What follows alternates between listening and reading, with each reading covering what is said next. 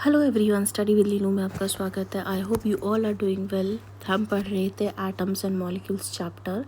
Now this chapter is about to be completed in this video only. And जो भी videos हैं सारी की सारी हमारे चैनल में अवेलेबल रहेंगी और इनकी जो पीडीएफ्स हैं that will be available in our Telegram channel, जिसका लिंक आपको डिस्क्रिप्शन बॉक्स में मिल जाएगा। Do join our channel, subscribe our YouTube channel and join our Telegram channel. Continue करते हैं हमने जो कल सीखा था, फार्मूला बनाना, केमिकल फार्मूला कैसे बनाना है। उसके बाद आगे हम कंटिन्यू करेंगे। यहाँ पे कुछ क्वेश्चंस हैं जो हम प्रैक्टिस करेंगे। सबसे पहले जिसका हम फार्मूला बनाएंगे वो है सोडियम ऑक्साइड। हमने यहाँ पे जाना था, सबसे पहले इनको रिप्रेजेंट कैसे करेंगे। यहाँ पे सोडियम है, सोडियम हम लिखते हैं यहाँ पे Na, और यहाँ पे ऑक्साइड है। ऑक्साइड का मतलब क्या हुआ कि ये आयनिक फॉर्म में है, तो ऑक्साइड में यहाँ पे O क्या है आपका 2 नेगेटिव है, जो हमने जाना था। 2 को थोड़ा छोटा लिखते हैं, 2 नेगेटिव है। और इसके अकॉर्डिंग यहाँ पे अब ये क्या है, दोनों एक दूसरे के आयन से मिल कर के बने हैं ये फॉर्मूले। तो सोडियम में क्या प्रेजेंट है, यहाँ पे प्लस प्रेजेंट है। दैट इज सोडियम की वैलेंसी कितनी है इसकी, यहाँ पे +1 वैलेंसी की कैटेगरी में आता है।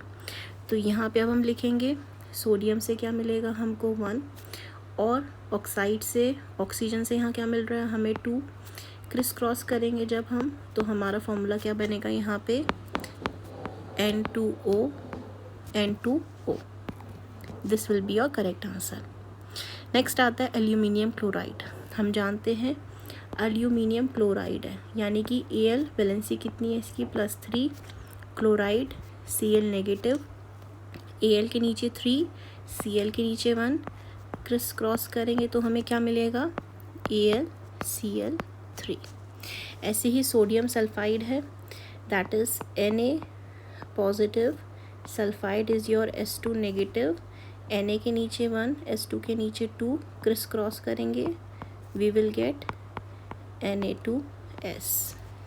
नेक्स्ट आता है magnesium hydroxide, that is Mg2 positive, hydroxide OH negative, Mg के नीचे 2, OH के नीचे 1। क्रिस क्रॉस करेंगे विल गेट MgOH। अब ये 2 हैं तो उसके नीचे क्या आ जाएगा 2 आ जाएगा। ऐसे ही आप क्वेश्चंस और भी प्रैक्टिस करते रहे। नेक्स्ट आता है मॉलिक्यूलर मास इन सेक्शन 3.22। हमने डिस्कस किया था कॉन्सेप्ट ऑफ एटॉमिक मास का। This concept can be extended to calculate molecular mass. अब हम क्या निकाल सकते हैं, मॉलिक्यूलर मास भी निकाल सकते हैं। द मॉलिक्यूलर मास जो है सब्सटेंस का, ये होता है the sum of atomic masses of all the atoms in the molecule of the substance.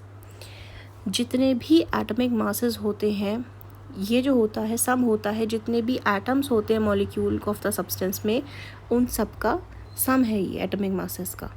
Therefore जो रिलेटिव मास होता है मॉलिक्यूल का, उसे हम एक्सप्रेस कर सकते हैं AMU की फॉर्म में, जिसे हम U लिखते हैं।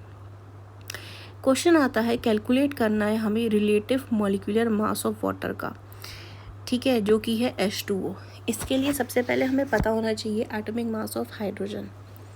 ए सेक्शन कर रहे हैं यहाँ पे। हमें पता है जो एटॉमिक मास होता है, एटॉमिक मास हाइड्रोजन का होता है, सिंबल के फॉर्म में लिख रहे हैं, that is 1U। Similarly atomic mass oxygen का कितना हो जाएगा यहाँ पे 16U। हमने ये प्रीवियस वीडियोस में अपना देखा हुआ है मासेस के बारे में। ऐसे ही जो मॉलिक्यूलर मास होगा वाटर का, जो कंटेन करता है 2 एटम्स हाइड्रोजन के और 1 एटम ऑक्सीजन का, जैसे कि यहाँ पे गिवन है।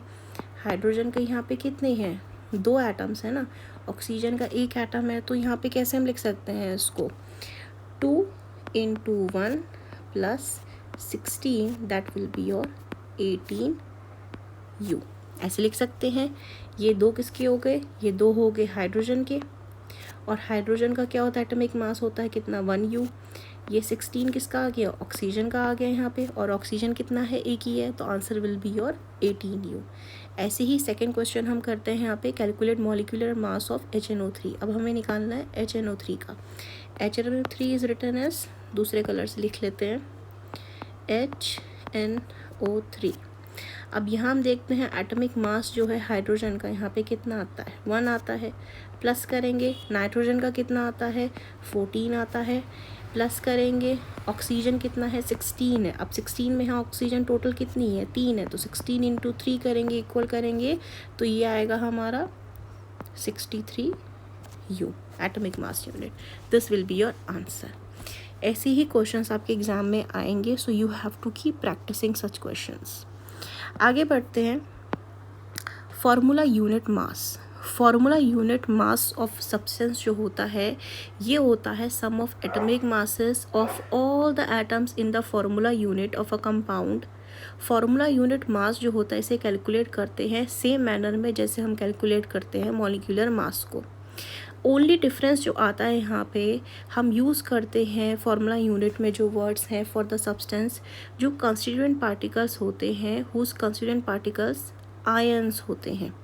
एग्जाम्पल अगर हम देखें सोडियम क्लोराइड का जो हम डिस्कस कर रहे हैं यहाँ पे NaCl, it is formula unit मास, इसका हम कैलकुलेट कर सकते हैं। सोडियम का मास कितना है 23, प्लस यहाँ पे क्या है आपका 1 एक ही है क्योंकि, प्लस करेंगे 35.5 यहाँ पे क्लोरीन का मास, तो हमारा टोटल मास कितना आ जाएगा 58.5U आ जाएगा। ऐसे ही अलग क्वेश्चन हम प्रैक्टिस करते हैं। यहाँ पे हमें कैलकुलेट करना है formula unit mass of CaCl2 का हमें यहाँ निकालना है। सबसे पहले हमें पता होना चाहिए atomic mass of calcium, atomic mass calcium का Ca लिख सकते हैं। अब यहाँ पे हमारे पास क्या है Ca का, इसके साथ हम प्लस करेंगे क्या एटॉमिक मास ऑफ Cl का। एटॉमिक मास Ca का कितना हमारे पास 40 है और एटॉमिक मास हमारे पास Cl का कितना हो जाएगा, Cl कितने हमारे पास 2 हैं, तो 2 इंटू 35.5 ये कितना हो जाएगा हमारे पास टोटल 71, और इस 71 में हम ऐड करेंगे 40, we will get 111U। That will be your answer. Next आता है कैलकुलेट करना है हमें molecular masses of the molecules. चलिए करते हैं। सबसे पहले यहाँ पे हमारे पास गिवन है H2 है, ये हमें पता है हाइड्रोजन का एटॉमिक मास कितना होता है 1 होता है, और यहाँ पे हाइड्रोजन कितने हैं 2 हैं, that will be your 2 into 1 equals to 2U। Oxygen है, ऑक्सीजन का यहाँ पे एटॉमिक मास कितना होता है 16 होता है, यहाँ पे ऑक्सीजन कितनी है 2 है, 32U। सिमिलरली Cl2 है हमारे पास, Cl2 में क्या है 35.5 होता है और 2 हैं, that will be your 71। Next is CO2, carbon का मास होता है हमारे पास 12 प्लस ऑक्सीजन कितनी है 16 है, और यहाँ ऑक्सीजन कितने हैं 2 हैं atoms, that will be your 12 plus 32, it will be your 44U। Next is CH4, carbon is your 12 plus 4 कितने हैं हाइड्रोजन के, that will be your 16U। Next is carbon कितने हैं 2 इंटू 12, क्योंकि 12 क्या है मास है कार्बन का, plus 6, that will be your 24 plus 6 equals to 30U। Next आता है carbon is 2 into 12 plus 4 into 1, that is 24 plus 4 equal to 28U। Next आता है NH3, नाइट्रोजन होता है हमारे पास 14 mass plus 3 into 1 equal to 17U। Last is carbon 12 plus 3 into 1 hydrogen plus 16 plus 1, that is your 32U। तो ये थे molecular masses निकालने के कुछ क्वेश्चन जिनकी हमने प्रैक्टिस की है। फार्मूला मास जाना है, मॉलिक्यूलर मास जाना है। आई होप काफ़ी क्वेश्चन करके आपको एक आइडिया आ गया होगा कि आप कैसे मास निकाल सकते हैं। और हमने जो इस चैप्टर से सीखा है इसका क्विक थॉरो करते हैं एक रिवीजन। सबसे पहले यहाँ पे हम जाना था ड्यूरिंग केमिकल रिएक्शन जो सम होते हैं मासेस के रिएक्टेंट और प्रोडक्ट के, ये अनचेंज रहते हैं, जिसे हमने बोला था law of conservation of mass. एक प्योर केमिकल कंपाउंड में जो एलिमेंट्स होते हैं वो प्रेजेंट होते हैं डेफिनेट प्रोपोर्शन बाय मास में, ये था हमारा law of definite proportion. Atom जो होता है ये स्मॉलेस्ट पार्टिकल होता है एलिमेंट का, जो यूजुअली क्या होता है आपका एग्जिस्ट इंडिपेंडेंटली नहीं करता है एंड रिटेन करता है सारी केमिकल प्रॉपर्टीज़ को। मॉलिक्यूल होता है कि स्मॉलेस्ट पार्टिकल एलिमेंट का या कंपाउंड का जो कैपेबल होता है इंडिपेंडेंट एग्जिस्टेंस के लिए अंडर ऑर्डिनरी कंडीशन में, शो करता है all the properties of substance. Chemical formula जो होते हैं कंपाउंड के शो करते हैं कंस्टिट्यूएंट एलिमेंट को, नंबर ऑफ एटम्स को, each of combining element. Cluster of atoms जो होते हैं जो एक्ट करते हैं आयन के जैसे बोलते हैं पॉलीएटॉमिक आयन, ये कैरी करते हैं फिक्स्ड चार्ज कोन में। केमिकल फार्मूला मॉलिक्यूलर कंपाउंड का डिटरमाइन करते हैं उनकी वैलेंसी की हेल्प से। आयनिक कंपाउंड में जो चार्ज होता है आयन पे, ये डिटरमाइन करता है the chemical formula of the compound. I hope ये चैप्टर आपको क्लियर हुआ होगा। इस चैप्टर की जितनी भी सारी वीडियोस की PDF है हमारे टेलीग्राम चैनल में अवेलेबल है, स्टडी विद लीनू में, जिसका डिस्क्रिप्शन बॉक्स में जिसका आपको लिंक मिल जाएगा। Do join our channel and if you like this video informative, like share and subscribe.